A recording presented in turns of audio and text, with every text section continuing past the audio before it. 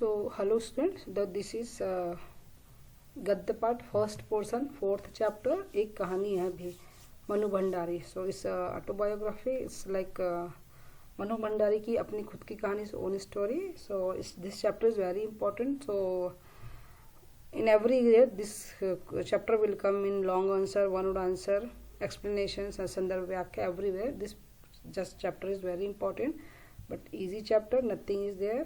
So Manu Bhandari, she is a writer और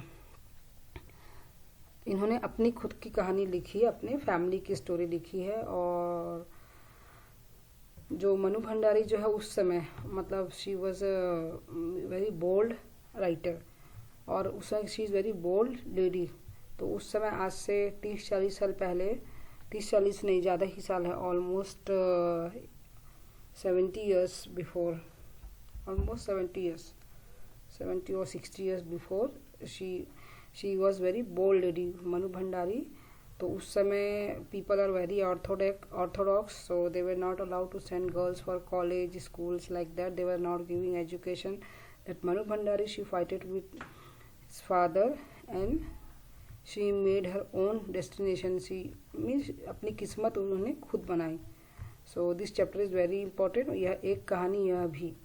So इस Manu Bhandari story, the writer is only Manu Bhandari only. So Manu Bhandari she is great writer. उन्होंने हिंदी की बहुत बड़ी लेखिका थी.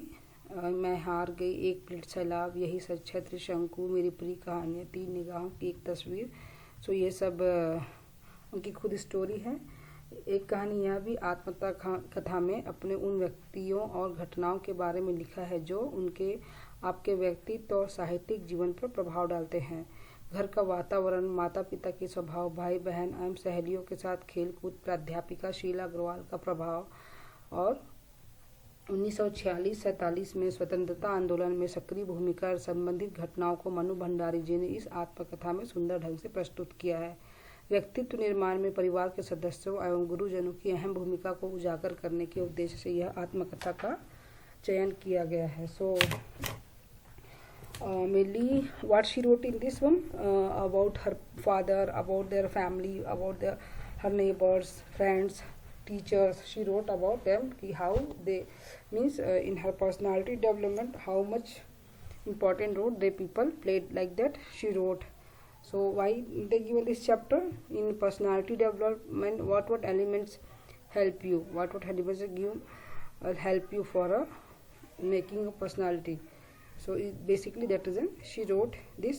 So in 1947 when India got freedom, that time only she was also in this, not so much involved but little bit she also involved in this freedom fighter, with this freedom fighting Manu Bhandari. So this chapter is very important, so you should be listen carefully this chapter. Every year this chapter is coming in question answer, word answer and ससंदर्भ व्याख्या. सो जन्मी तो मध्य प्रदेश की भानपुरा गांव में थी, लेकिन मेरी यादों का सिलसिला शुरू होता है अजमेर की ब्रह्मपुरी मोहल्ले के उस 2 मंजिला मकान में जिसकी ऊपरी मंजिल में पिताजी का साम्राज्य था, जहां वे निहायत अव्यवस्थित ढंग से फैली बिखरी पुस्तकों, पत्रिकाओं और अखबारों के बीच या तो कुछ पढ़ते रहते थे या डिक्टेशन देते रहते थे. तो this is her own story. That is a little bit words are different but difficult, but chapter is very easy. Just a story about that girl.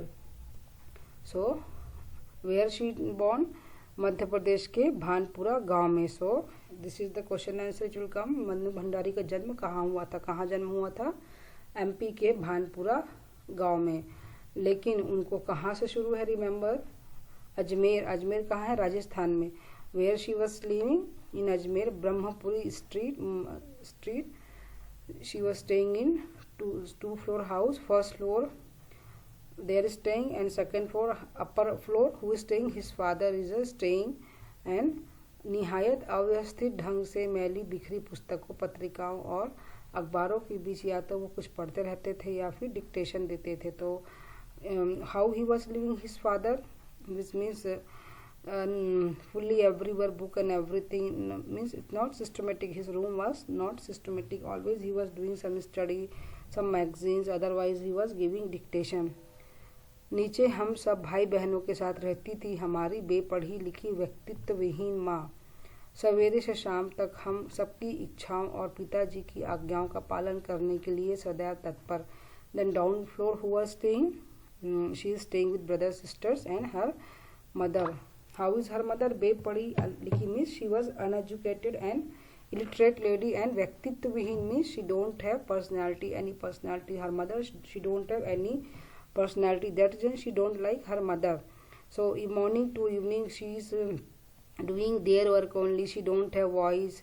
Who are giving whatever order, always she was ready 24 hour, her mother. That but Manu Bhandari, she is a different. She don't like this character. Ajmer से पहले पिताजी इंदौर में थे जहाँ उनकी बड़ी प्रतिष्ठा थी, सम्मान था और नाम था. तो where earlier basically Manu Bhandari, she is from MP. So Indore also in MP. So we in MP, Bhanpura also there and Indore also. So we are before Ajmer where they were in Indore. So there his father have good reputation, name, respect.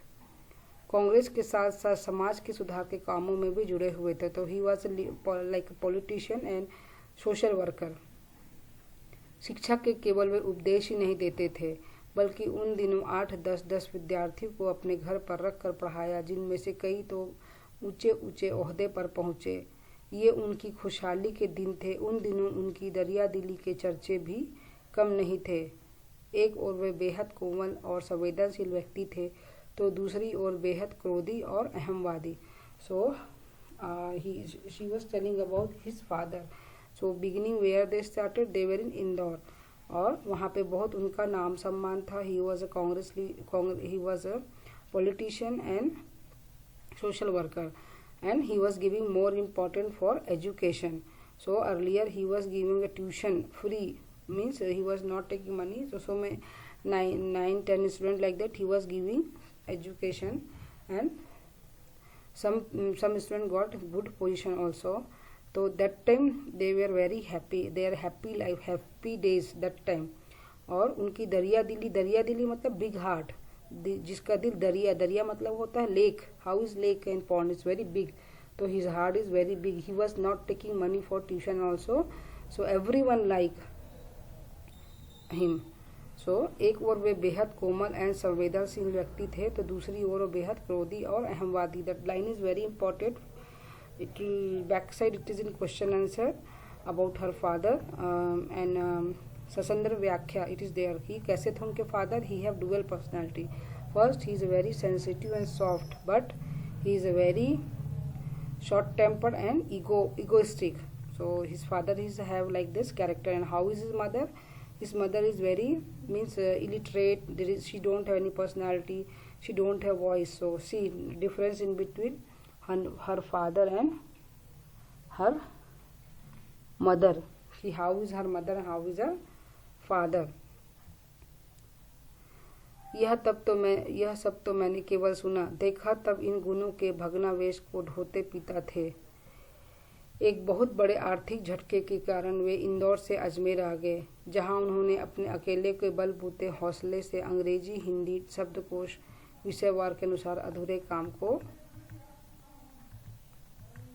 आगे बढ़ाना शुरू किया, जो अपनी तरह पहला और अकेला शब्दकोश था. So what happen? Because of some economy problem they shifted in Ajmer. Why they shifted in Ajmer? Because of some money problem. आर्थिक झटका मतलब some economy problem. So first she born in Ajmer and she was in Indore. So they are very happy in Indore, in both cities in MP, Madhya Pradesh, central part of India. Then they because of some financial problem, some पैसे की जो कमी, आर्थिक झटका मतलब पैसे की कमी से क्या हुआ, वो कहाँ शिफ्ट हो गए? अजमेर. सो उन्होंने यहाँ आके सबसे पहले क्या किया? What he made dictionary English to Hindi. He made it was very good. शब्दकोश मतलब dictionary.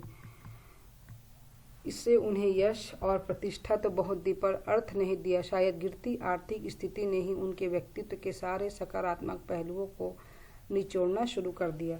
So what happen? He got so much respect but he didn't get meaning, he didn't get meaningful life because his mental, because of financial problem, all his good part of his personality destroyed. सकारात्मक मतलब क्या होता है? Good part. नकारात्मक इस opposite. सकारात्मक का उल्टा क्या होता है? नकारात्मक, नेगेटिव पॉइंट. तो what ever he have good personality, he have like very soft and sensitive, but because of this money problem, he became like a very means he saw all this good things gone. So क्यों? क्योंकि उन्होंने बहुत अच्छा काम किया, but he didn't get money. Security, आर्थिक स्थिति के कारण अधिक विस्तारित उनका अहम उन्हें इस बात तक की अनुमति नहीं देता था कि वह कम से कम अपने बच्चों को तो आर्थिक व्यवस्थाओं का भागीदारी बनाए. But what is the problem? This much bad condition, he this much ego he have, he never told this children like this, and he never force his children to involved in this financially problem. This much ego he have. He was thinking he will manage everything. मतलब कभी उन्होंने अपने बच्चों को इन सब चीज़ों के लिए भागीदार नहीं बनाया कि तुम भी जाओ और काम करो. नवाबी आदतें